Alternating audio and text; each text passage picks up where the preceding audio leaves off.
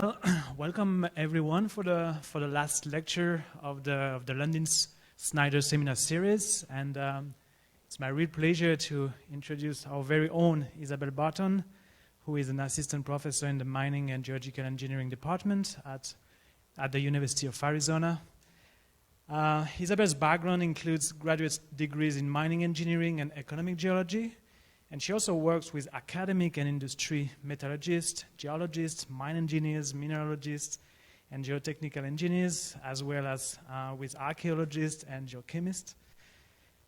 Isabel's main research focus is geometallurgy, which include a combination of extractive metallurgy, geology, mineralogy, and mining to improve the efficiency of resource extraction. Today, Isabel will bring some historical perspectives about mineral resources and explain how mineral resources shaped the course of history. So thanks for accepting the invitation, and the floor is yours. Thanks, Hervé. Can everybody hear me okay? Alrighty, awesome.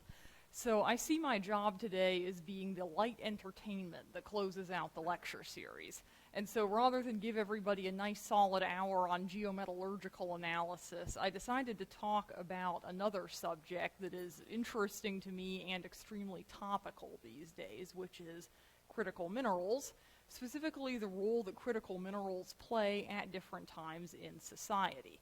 I was only prevented from titling this talk Critical Minerals in War and Peace by the reflection that not many people would come to a talk about the mineralogy of Russian literature. So glad I caught that one. If I have to sum up society's relationship with minerals over time, it looks about like this. Okay, hopefully everybody at this point after the pandemic can recognize an exponential curve, right? Yeah. This shows the minerals that we can't do without over time. So if you go back to when the Greeks and the Romans were doing their stuff, they were getting by with 6 or 8 metals, a few industrial minerals, and that was really about it. For everything else, they used wood, they used stone, they used antler, and so on and so forth. But when you get to about the Industrial Revolution, the number and the quantity of minerals that we need as a society just to maintain our material technology starts to skyrocket. And this happens with every technological advance that society sees, and the pace of technological advancement got so rapid around here that this curve basically went exponential and is pretty much continuing to. And so I'm going to start us off at roughly that point on the curve, 4000 BC, because I'm the thorough type, and when I do my historical reviews, I start 6,000 years ago. We will then check briefly in at a slightly later period, and then we will skip 3,000 years of history and get to the goodies. So, when did minerals become critical? I'll give you a hint, it took a while. So humans were used since the Paleolithic to doing things with stones. Just pick up a stone, try and shape it with another stone, do the same with wood and antlers and so on. That's the material that you have to work with. So when you're using a stone axe or a stone club, does it actually matter what kind of stone you put in your club and hit the other guy with? I mean, you wouldn't want to use pumice, but there's probably not a huge difference between a club made from one big heavy rock and a club made from another big heavy rock, right? So in the Stone Age, we did not have critical minerals as such. Stone was important, but what type of stone you were using didn't matter very much. Now, toward the end of the Stone Age, human society entered this period called the Chalcolithic, or Copper Stone Age, which is when people started picking up nuggets of copper and, in some places, gold, the only two metals that you can find usually lying around in nugget form at the Earth's surface, and started using those. But copper and gold have a rather peculiar set of characteristics. They are shiny, they are soft, and they are rare. So if you have something with those characteristics, is that what you're going to be making tools and weapons out of? Yes, no, maybe? Nah. That is for you to show off how awesome you are while you keep using stone axes and stone clubs to hit people with, because why waste copper on things like that? So you did not, even in the Chalcolithic, after metal use started, have such a thing as a critical mineral in the direct sense. You could buy an awful lot of influence around the ancient world with gold and copper, but they were at most indirectly critical minerals. So the point when we actually develop such a thing as a critical mineral is really the Bronze Age. Because in the Bronze Age, people started alloying copper, first by accident with arsenic, then deliberately with tin. Either of those creates this alloy known as a bronze. And a bronze is far superior mechanically to things like copper. It is much stronger, it is much harder, it is a lot tougher, and most importantly for our purposes, you can cast it. It has a very low melting point, several hundred degrees lower than copper, depending on the bronze composition. And so you can cast identical copies of a lot of objects at the same time. And this was what invented the standing army. Because up until then, wars had been fought on a fairly ad hoc basis. The king commandeered all of his peasants and told them, bring whatever weapons you have to this time on this day, and we'll go march forth, crush our foes, and rule the world, etc. Okay, he usually said he would rule the world, and they didn't, but you get the idea. But for the first time when bronze comes on the scene, it was possible to equip a body of soldiers with identical arms and armor and have them all do the same thing at the same time, which proved extremely effective when this guy Sargon of Akkad tried it in the 23rd century BC, and he pretty quickly made himself the emperor of everything he could see.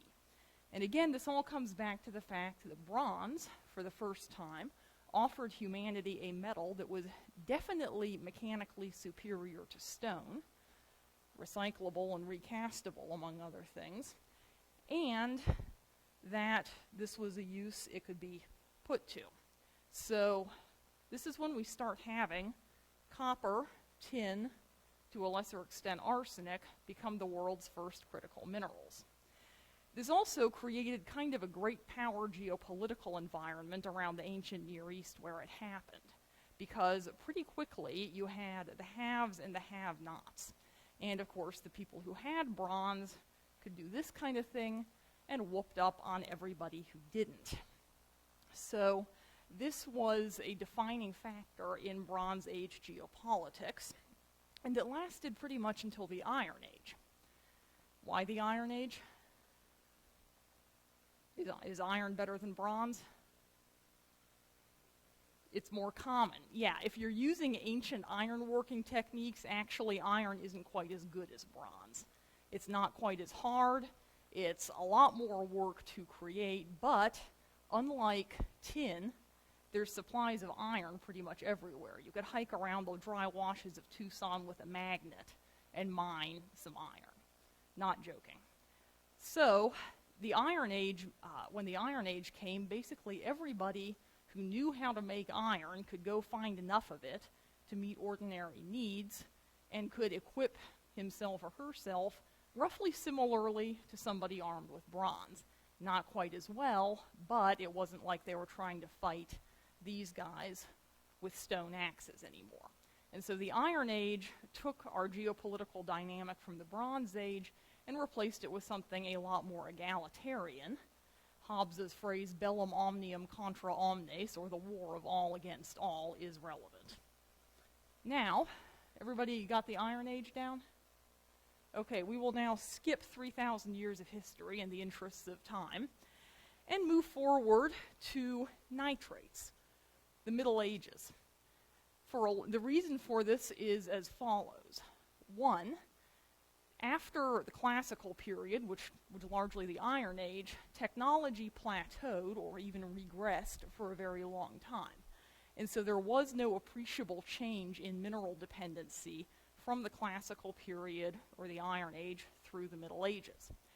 The other reason for skipping all of this is that I clocked in with this presentation at an hour and a quarter yesterday, and I thought I'd better cut something, and that was it.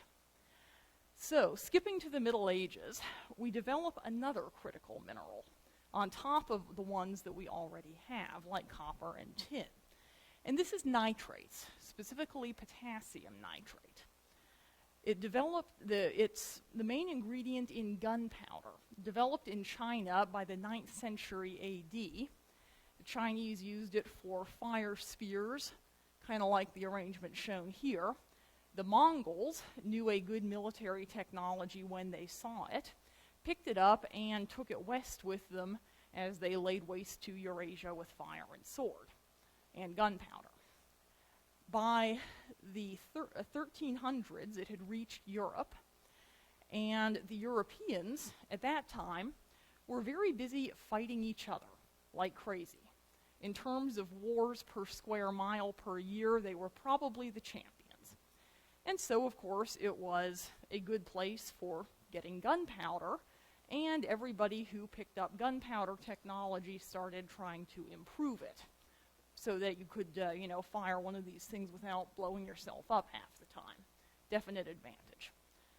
So by the time we get to the end of the 1300s, the Chinese spear launcher here has evolved into this very similar looking early cannon in Europe. This is a late 14th century manuscript. And gunpowder is becoming part of the standard military equipment. Now that came with a new critical mineral dependence. Potassium nitrate, also known as saltpeter. More on that in a minute. The other thing it actually required was huge amounts of bronze. If you are trying to make a cannon for a very long time before bulk steel making was a thing, bronze was the way to do it, because unlike cast iron, it doesn't usually spark. And when you're dealing with explosives, this is generally considered a good thing. So nitrates, by the time we hit about the 1600s, were the oil and gas of the time. They were the critical minerals, particularly in warfare. In Europe, in particular, because they were still fighting each other at this point, they had really high demand for nitrates. They had, at this point, some of the most advanced gunpowder technology in the world, but what they didn't have was a nitrate supply. Nitrates form close to the surface through basically evaporative and bacterial processes operating in organic-rich earth. They form fastest and best in a dry climate with a high evaporation rate. So that sounds just like Europe, right? Yeah, no. So nitrates were extremely scarce. There are several centuries worth of attempts to actually synthesize nitrates, which is a whole different subject. But the short version of the story was that Europeans needed nitrates to keep killing each other at an appropriate rate. They couldn't find them in Europe, so they had to go sail abroad. And this is actually how India got colonized. India had one of the most advanced nitrate industries in the world. The British and French spent some decades duking it out for control. And by the end of the story, in about the mid-1700s, the British Empire had taken over India and its nitrate industry and was in control of 70% of the world's nitrate supply, which turned them into a big superpower because they could basically cut off the explosive supply of anybody they didn't like. And they did. And so, for instance, by the Napoleonic Wars, the other armies in Europe, like the French, were pretty advanced. They had lots and lots of guns. They had lots and lots of shot, and they had enough gunpowder to fire roughly 25% of it.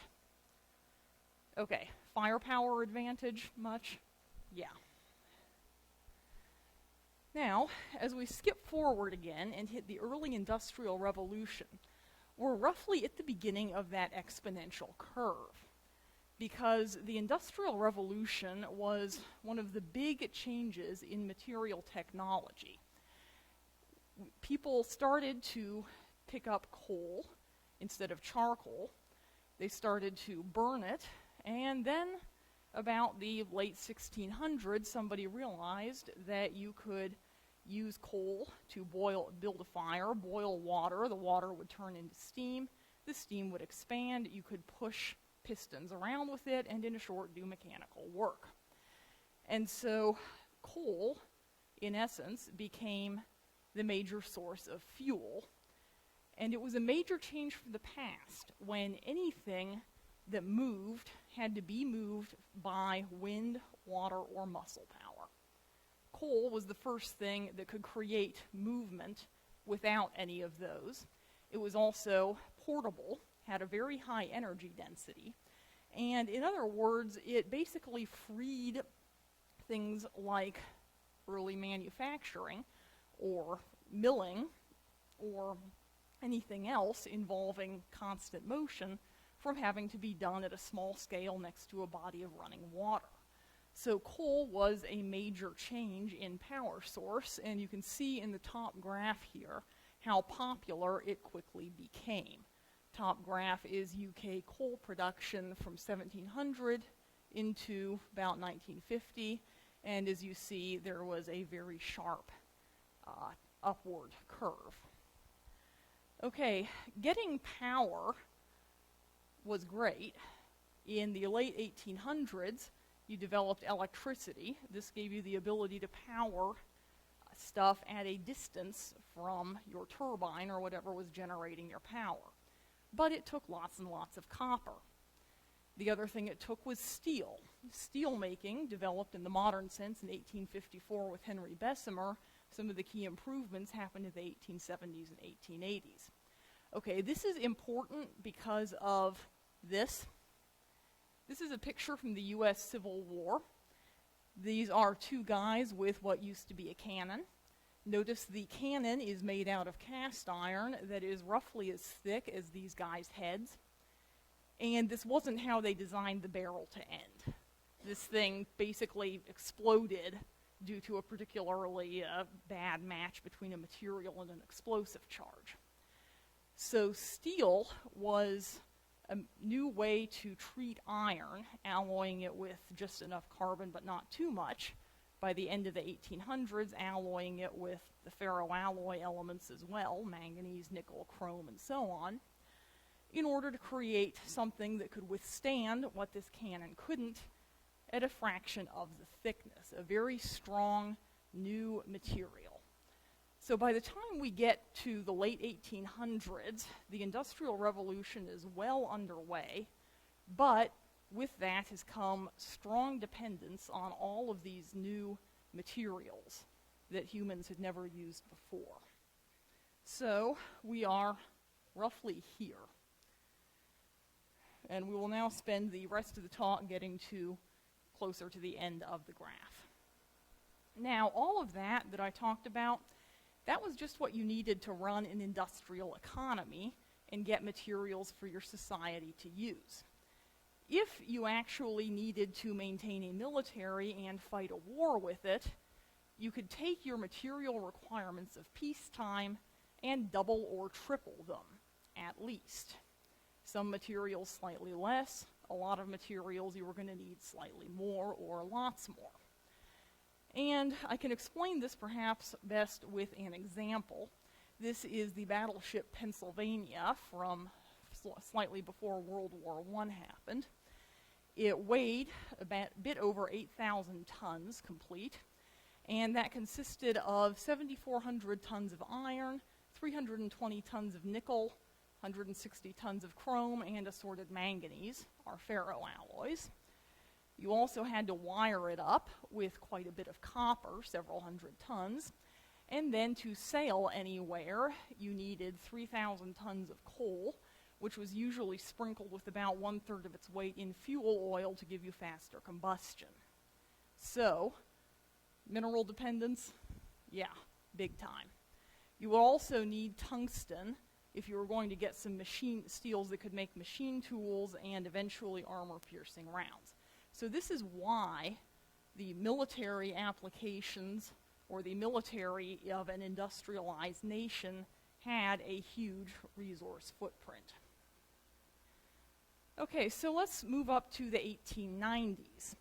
In the 1890s, you had a number of highly industrialized economies, mainly concentrated at the time in Europe. So what they needed was all of the resources we just talked about: coal, oil, nitrates for explosives, zinc to galvanize all the iron they needed, copper, and the ferroalloys. Everybody also loved having gold and silver still, but by this time fiat currencies had developed, so they were a little bit less critical than they had been. So, geologically speaking, where do you get all this stuff? It's a lot of different resources, and you need them not by the ton, as in classical times, but by the megaton. Okay, not quite that much, but many thousands of tons. You have three options in practice if you were the leader of an industrialized economy. One, you could be in charge of a very large landmass with a wide variety of geological resources, like Russia, like the US, like China, which was about the size of landmass it usually took, and even those didn't have everything. Option two, you could be a tiny little country, but you could have colonies overseas, like how Britain here was in charge of Canada, India, Australia, and about a third of Africa. Plenty of resources coming home to the mother country that way to run your factories and make all the stuff that you can then sell back at an elevated price. You could also, if you didn't have either of those as an option, try to rely on trade and close your eyes and hope nobody was going to blockade you. So this is what you ended up doing if you had neither a large domestic landmass nor a bunch of overseas colonies. And rather critically, this was the situation that Germany found itself in. There were various countries on the spectrum in between these options, but you get the idea. Everybody with an industrialized economy, in order to get the resources to support it, had to have some such arrangements. Okay, so if you didn't happen to have option 1 or 2, domestic resources or colonies you could squeeze them out of, you had to be willing to buy stuff on the open market. And in the late 19th and early 20th centuries, that was quite a problem. The graph here shows the copper price over that time. You notice it's doing the shimmy over the time period in question. Yeah. There was, even when metal was available, which sometimes there were shortages, the price was incredibly unstable. The late 18 and early 1900s saw two outright cartels, Secretan and Amalgamated. Even when those weren't busy jacking up the price, there were a lot of other factors that led to serious inconsistencies, and you never knew quite how much you were going to be able to buy. Added to this, mineral resources had started to become a geopolitical tool. Now, they had been for a while. We saw this before with the British embargoing nitrates to anybody who crossed them. But in the environment of the late 1800s and early 1900s, even having resource-rich allies was no guarantee that they were going to give you the resources you needed. Alliances changed frequently, inconsistently, without warning, and it was pretty routine for larger powers to go put the squeeze on smaller ones.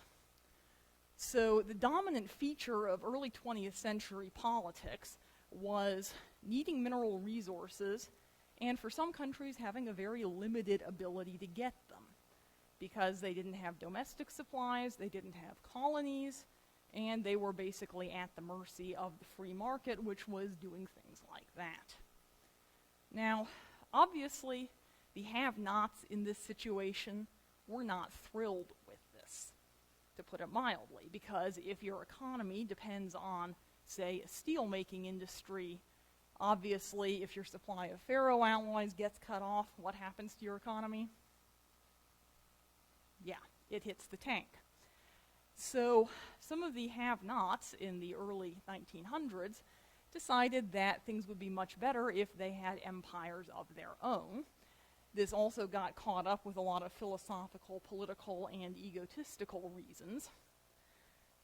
In the early 1900s, Germany was the prime example of a country that needed mineral resources and didn't have them. They had the world's best steel-making industry, they had the world's best chemicals industry, they had the most industrialized economy and the largest population in Europe. And if you looked at the mineral resource endowments, they were having to make do with less than Belgium got out of the Congo. Didn't seem fair. So, German foreign policy by the early 1900s aimed to acquire an empire that would provide the resources that were needed and a nice sop to the ego of this guy, Kaiser Wilhelm II. I mean, you could tell there was going to be a problem. These are not the mustaches of a humble guy. And depending on other countries for resources, really, really grated on him. So it was his government's policy to acquire a lot of colonies. What they had in their sights was called Mittelafrika, in which the whole swath of countries in blue would come under Germany's control and be part of Germany's empire in Africa. This was what the map actually looked like at the time. So you notice this one's Belgian, these two are German, these are Portuguese, these are British, that's French. There were going to have to be a few territorial adjustments here, is the point. The British, the French, and the Russians figured this was going to happen, and they made it their policy to prevent Germany from acquiring said empire, since they were obviously pretty sure it was going to come at their empire's expense.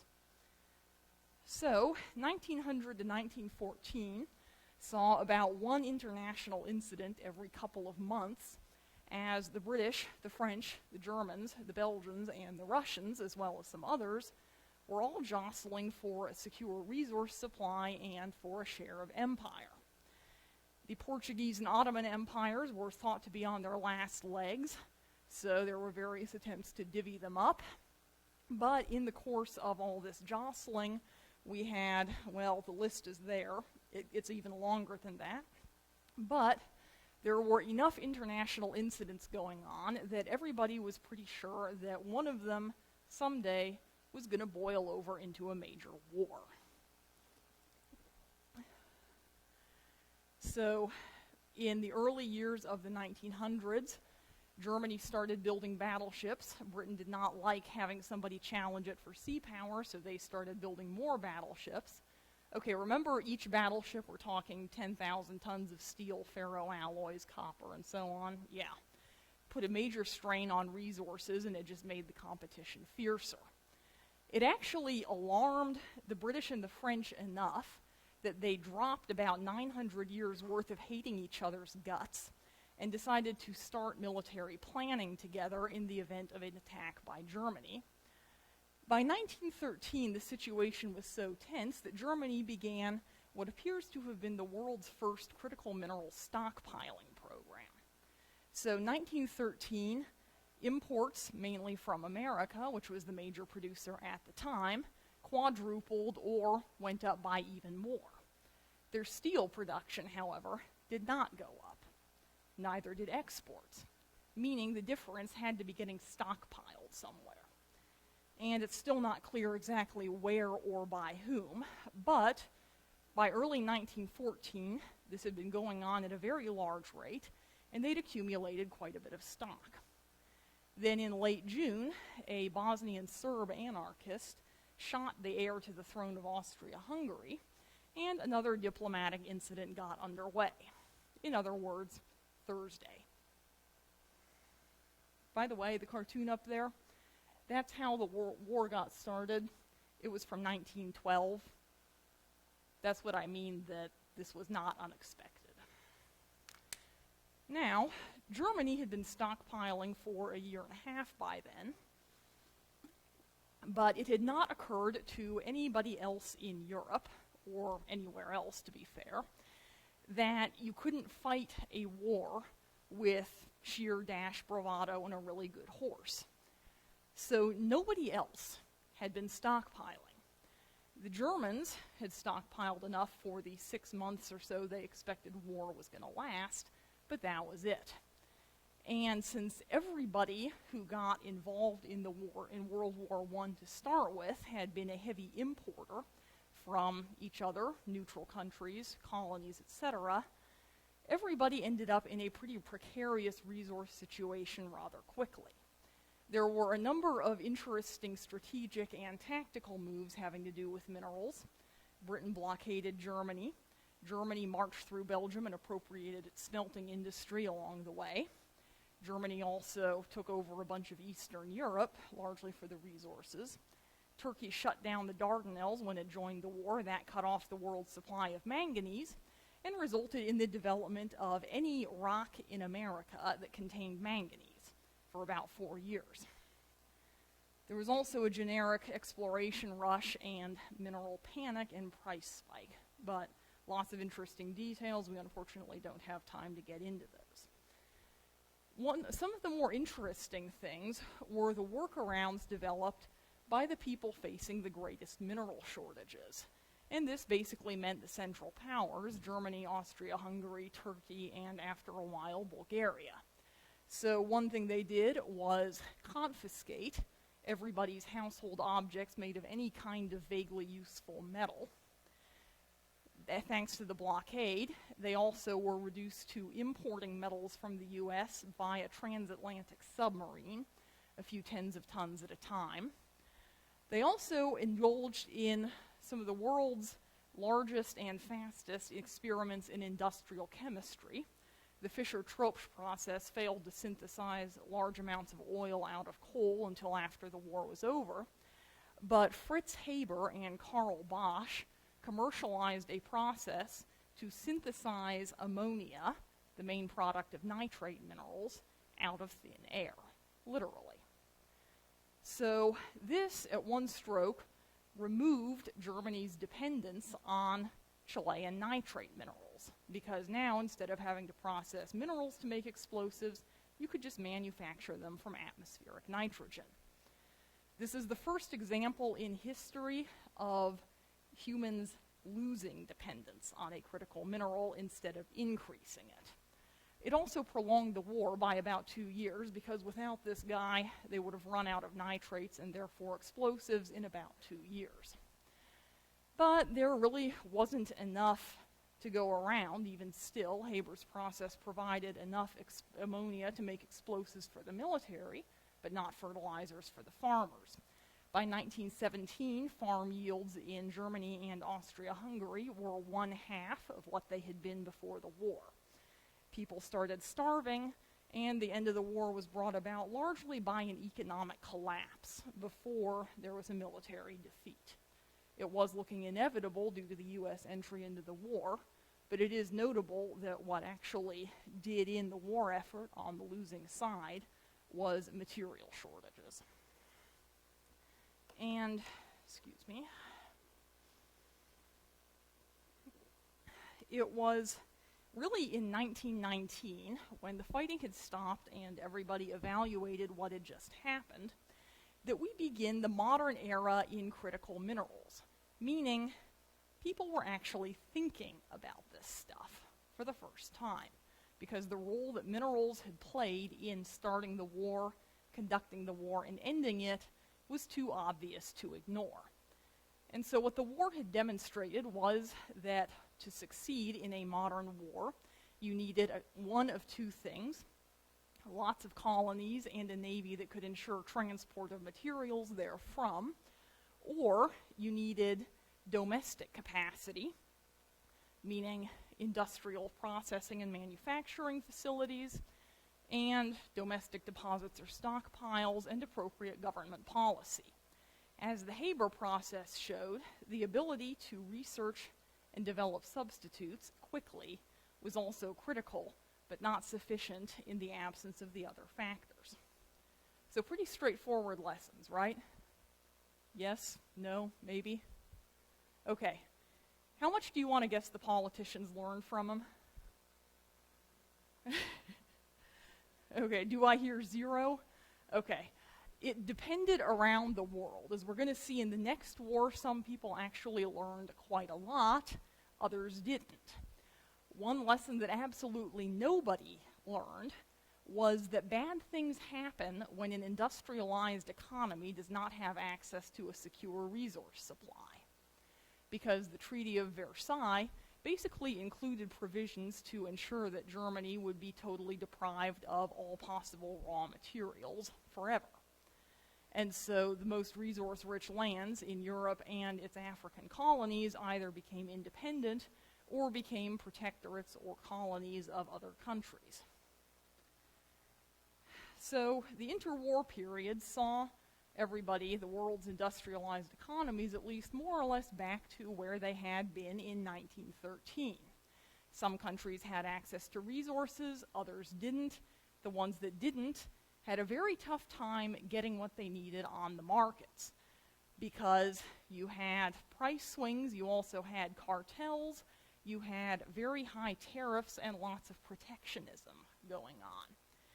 So this made resources rather difficult to get, and it created quite an appetite for what was called autarky, which was being self-sufficient and self-reliant with regard to the resources you needed. This was one of Mussolini's very subtle advertisements for his policies. That's Italian for autarky on the top. There's a couple of people at the bottom for scale. And yes, the human size letters at the bottom really do say Mussolini is always right. The guy was like that. So, when the Great Depression hit, the resource problem got to be acute because a wide response to this was more protectionism, which made resources harder to get. And it also created enough social and economic discontent that a lot of authoritarians, like Mussolini, came to power. Very often, they viewed programs of armament or rearmament and infrastructure building as a way to create jobs. So you had a very toxic cocktail of ingredients brewing in the 1930s, even apart from continued sore feelings in the German Nazi regime that they'd been robbed of their colonies. That says here there's also Lebensraum with the outlines of the colonies that Germany had lost after World War I.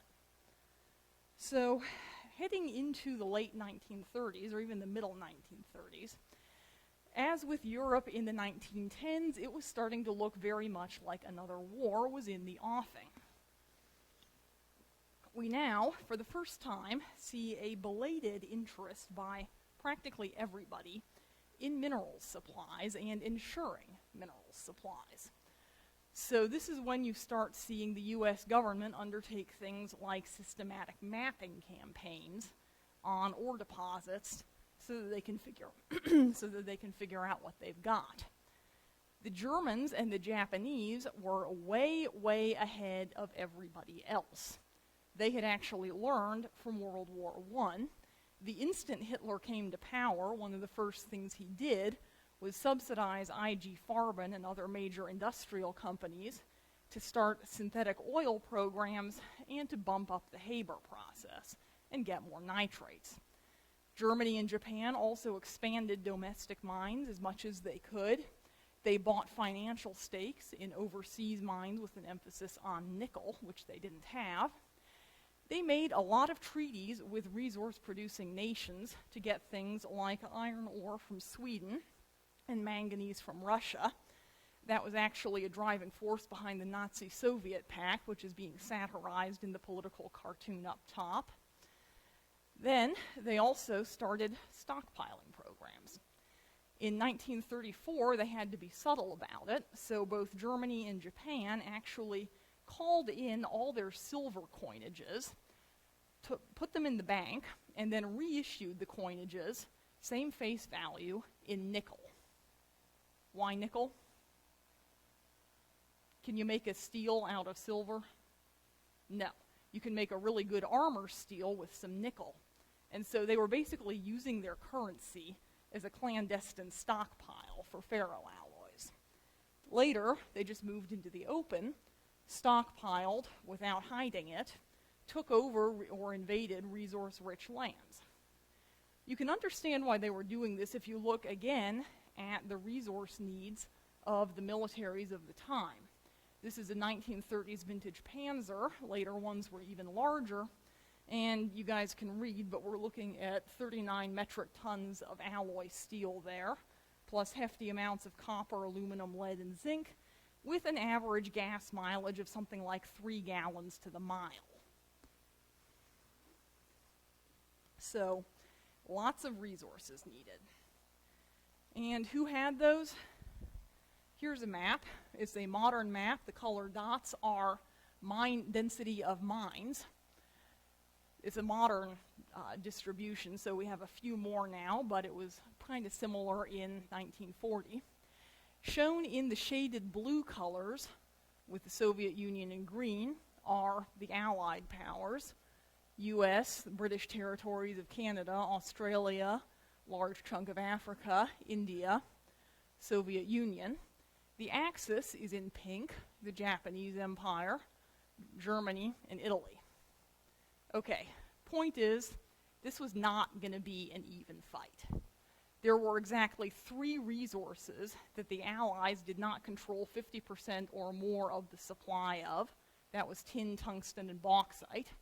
And most of those were located in neutral countries. There was not a single resource for which the Axis powers had the majority of the supply. So during the war, some of the earliest and most consistent moves had to do with resource supplies. In 1939, and yes, it really did take that long, the U.S. finally got around to establishing a defense stockpile, which everybody had been talking about for 20 years at that point. What triggered it was the German invasion of Poland.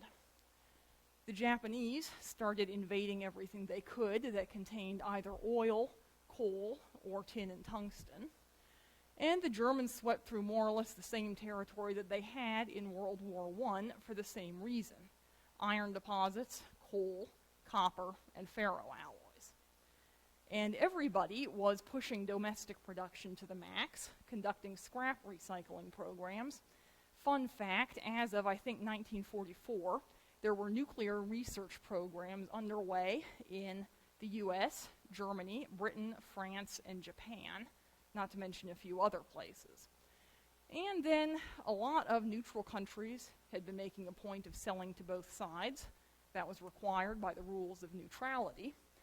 After a few years, as the war began to incline a certain way, the Allied powers went around putting pressure on neutral countries to accidentally forget to supply the other side as well. And it started to work. And so, as the war progressed, there got to be more and more material pressures, much as there had been in the First World War. By the end of the war, however, it was a slightly different situation. In Germany, they had prepared so thoroughly and had so much industrial and experimental capacity that basically their material supplies most of the time lasted through the war. The really crippling shortage they kept facing was oil. But other than that, their stockpiles of ferroalloys, copper, and other things pretty much held out. It was different in Japan, where Japan had one major disadvantage. They had to bring everything home by sea. And this is what happened to an awful lot of the Japanese oil supply that they were getting out of the Dutch East Indies. By 1944, something like 80% of their freight tonnage was being sunk. Further production limitations came from sabotage, from the failure of the research programs that they had developed to supplement natural resources. And by the end of 1942, they were facing a pinch pretty seriously. In 1944, the Americans were finding ships running on soybean oil and airplanes that were being flown, I kid you not, with castor oil. And so while they were ingenious at developing substitutes, it didn't really work. So that one ended in the atomic bomb before the resource shortage fully played out, but it was heading the way that Germany had in World War I. But as the war ended, the alarm actually grew. Because the U.S. had started the war as a net mineral exporter on a very large scale. In 5 years of war, this is what the U.S. produced. It was huge amounts. It reset previous records, but it still hadn't been enough. And the U.S. ended the war as a net minerals importer. The critical minerals list, now that there was one, had started the war with 9 entries. It rose to 65 as wartime technology progressed. So this was an awful lot of resources. Geologists by now more or less had a grip on roughly the time scale it took to form these things. You do not form a world-class copper deposit every day. And the U.S. Bureau of Mines estimated that what had been dug up before and during the war had exhausted 60% of U.S. petroleum and copper reserves and 80% of its lead, plus others. Now, as we all know, that's not quite how it works, but believe me, in 1946, those were attention-grabbing figures. And the Secretary of the Interior went public and in a speech said that the U.S. is, in terms of critical minerals, going bankrupt. Fun trivium, by the way, from the late 1940s, when he said that, the mining engineering community got really, really mad. And the editors of the Engineering and Mining Journal, one of the most influential periodicals of the time, wrote an editorial denouncing Ickey's speech and saying, 1, he severely underestimates the ingenuity of the American engineer and researcher, and secondly, resource exhaustion is not a problem. The problem is government regulation, heavy taxation, and the government's tendency to sequester large tracts of land away from mineral development. Does this sound familiar to anybody? Yeah, I thought so. It hasn't changed. During the Cold War, which picked up pretty much as World War II was ending, the import reliance continued because the specter of running out of minerals in the U.S. had scared quite a few people. And there are various geopolitical ramifications to the U.S. being this import dependent. Among other things, the need for chrome, manganese, and platinum group metals seriously limited some of the restrictions that could be placed on the Soviet Union, which was the main supplier of them. The Marshall Plan in the late 1940s was partly an economic arrangement, but it was also a mineral arrangement. The part of the plan was that European countries would mine metals in their colonies and would give them to the U.S. in exchange for a set amount of money. In other words, that the U.S. would buy a particular amount of minerals from these countries. In 1948, U.S. authorities were getting worried enough that they authorized continuous surveillance of anything in a foreign country that had to do with critical minerals. And pretty soon after that, surveillance turned into interference. And this was the beginning of a lot of U.S. foreign entanglements in the Cold War era. They were also trying to build up the stockpile. It didn't really work because, among other things, the colonies that were supposed to be squeezed for the minerals to fill the stockpile decided to declare independence. Obviously, they were in no rush to supply minerals under the circumstances, and so the intake from the Marshall Plan was well below predictions. So by 1950, they weren't expecting the stockpiles to be full until 1956. Okay, problem here. What happened in 1950? Yeah, 1950 was when, for the third time in less than half a century, the U.S. got into a major international conflict with inadequate mineral supplies. You'd think we would have learned by this point. So the Korean War got started, and it looked very much like communism was going to threaten trade with Southeast Asia, which would have cut off 60% of U.S. tin imports, 30% of chromite and tungsten imports, and 70% of titanium. So drastic action was required. This set kind of a precedent for the U.S. to go working on shoring up its international sources of supply. This is Nixon meeting with the president of the D.R. Congo in 1973, Congo being a major supplier of cobalt. This was also motivated by concerns about the Soviets doing the same thing, not only spreading communist ideology, but getting all those nice juicy minerals for themselves. So it wasn't until Eisenhower's presidency that the stockpiles finally got filled, and as soon as they were filled, they got cut down again. Military planners quit relying on raw materials and instead shifted their emphasis to finished goods, which made a certain amount of sense at the time because military technology was getting more sophisticated. It was taking a longer and longer time to convert raw materials into usable weapons, and so stockpiling the end product seemed like a good alternative. There was also much less reliance on basic artillery shells, say, and a lot more on having a few high-tech weapons. The other thing was that by this time everybody expected the next war was going to last about a week, be nuclear in nature, and so what they were planning for was a short war, not a 5-year war of attrition. So the stockpile started to empty, and that trend continued until 1975, as it became convenient to sell off minerals on occasion to balance the budget, pay for other things, up until the oil crises hit. And the oil crises were a beautiful reminder of all the problems with not having enough of a domestic petroleum industry and having an economy dependent on petroleum. And so this forced a rethink. The U.S. oil industry started redeveloping, and the stockpile started filling back up until 1993 when they got reduced again, and they have very rarely been maintained since.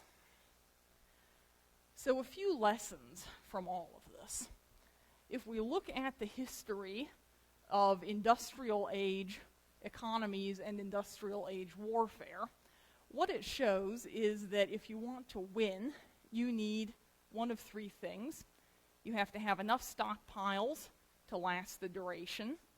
You have to be able to maintain imports without limitation or interruption, or you have to have the ability to ramp up your domestic supplies to several times peacetime levels in a few years. The graph here is from World War I. These are 5 select critical minerals.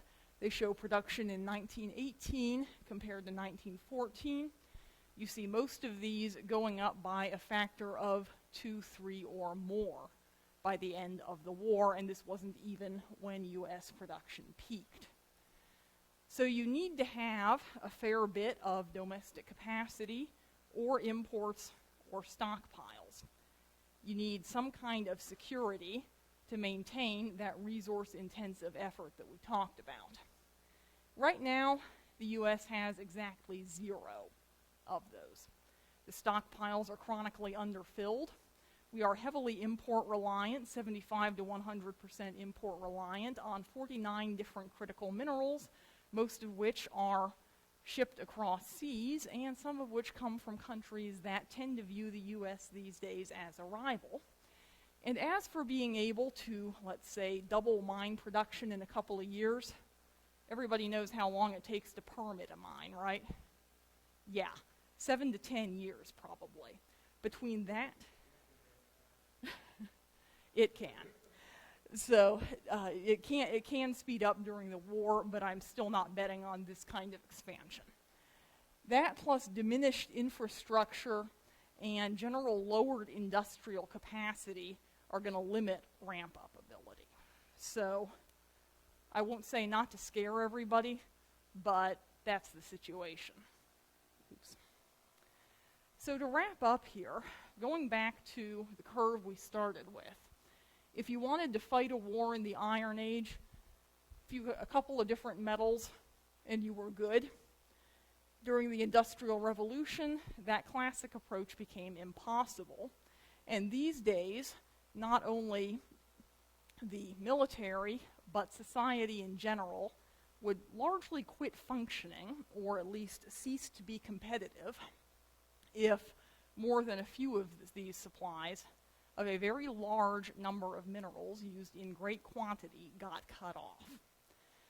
So access to mineral supplies has been an under-recognized but constant priority ever since the Industrial Revolution. In recent years, this has gotten beyond the geological endowment of any one nation. Supply is now largely international and is the cause right now of more unease than ever, really since 1946. But deliberate attention to ensuring adequate supplies did not begin until surprisingly late in the industrial period, specifically that German stockpiling program in 1913. And you could argue that there's still not enough attention paid to it today. And yet, as I think everybody in this room knows without being told, everything we do depends on minerals, and in the modern environment, we can't get by without them. So, while we pay careful attention to our food supplies and the other things that we know that we need, minerals tend to be left out of it. But hopefully, with all the new attention we're seeing to critical minerals in the news, that's about to change. Okay, I think that's my last slide, so I will be happy to take any questions.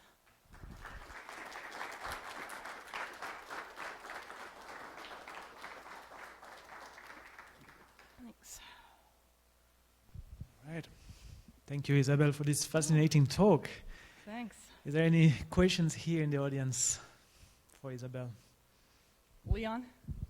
Oh, hang on. Sorry, I forgot microphone. Wait a second.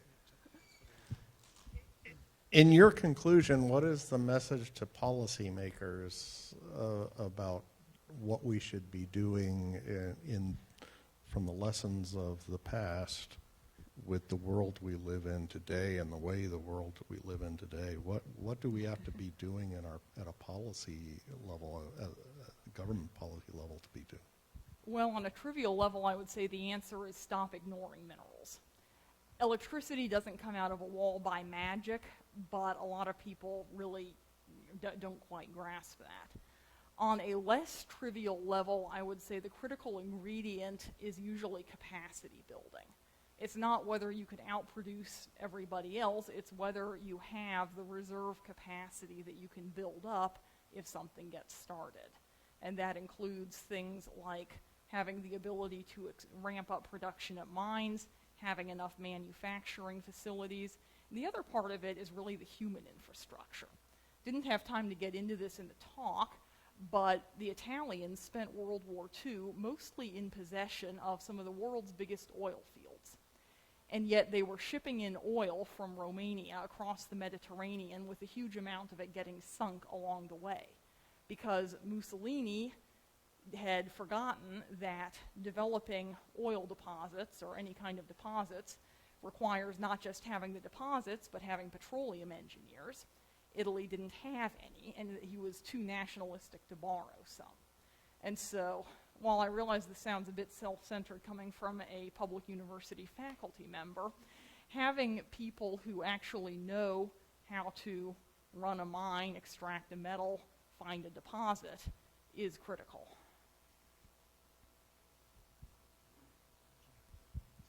Any other questions for Isabel?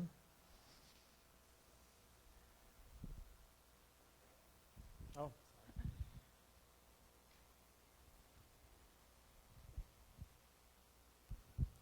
Now, this is a comparatively silly question compared to Leon's, but you commented that there were no critical mineral resources in the Stone Age. What would you say about specialized, or stones are particularly good for knapping for the purpose of making spear points or arrowheads? Okay, so that was definitely a factor in the Stone Age.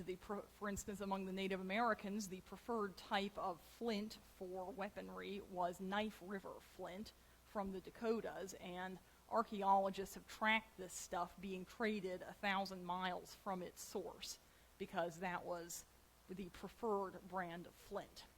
Now, the question really is how much comparative advantage does it offer to your local garden variety flint? Will that do the job almost as well? In most cases, yes.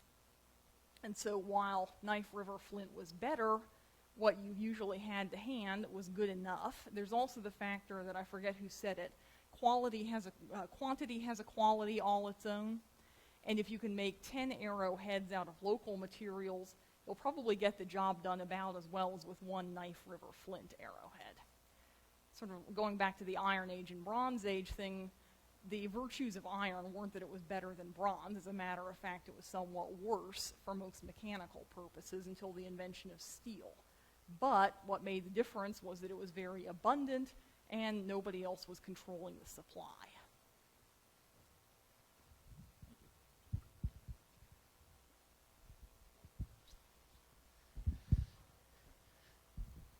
How do we make economic geology, petroleum geology, not bad words in the sense of half the American public? So one thing there, petroleum geology is a bit of a different story, but I suspect half the issue with economic geology is that most people have no idea what it is. The other factor is that I think a lot of the public also doesn't recognize that electricity doesn't come out of the wall by magic.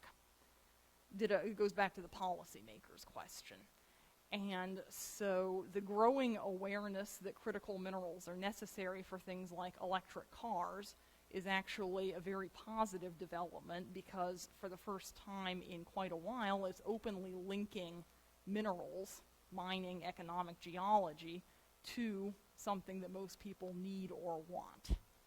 So I think it's going to be a very long, slow process and will probably never be complete, but I do think that's starting to change.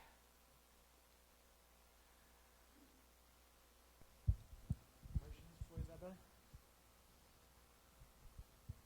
If not, then... Carter. Sorry.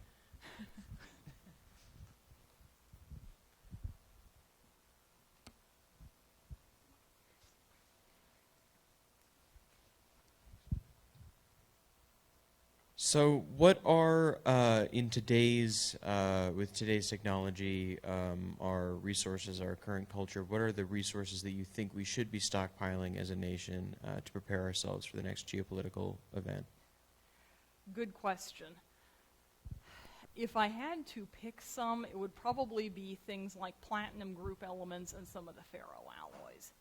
Because I didn't explore the technical definition of a critical mineral here. I was using it to mean any mineral that we need on a large scale. But the way the USGS and other agencies actually determine whether a mineral is critical is by the necessity and the likelihood of the supply being interrupted. And the only real cure for a supply interruption, if you don't have domestic deposits of that metal, is a stockpile. The U.S. has a few things, a few deposits of things like manganese and platinum group elements, but not very much. And so that just shooting from the hip, I think that's what I would focus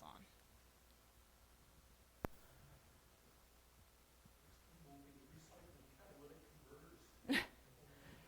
I gather Tucson already has a black market industry in recycling catalytic converters, unofficially. But yes.